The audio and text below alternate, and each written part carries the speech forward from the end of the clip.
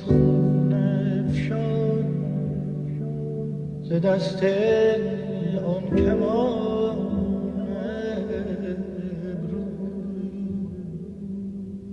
جهان بس فتنه خواهد دید از آن چشم و از آن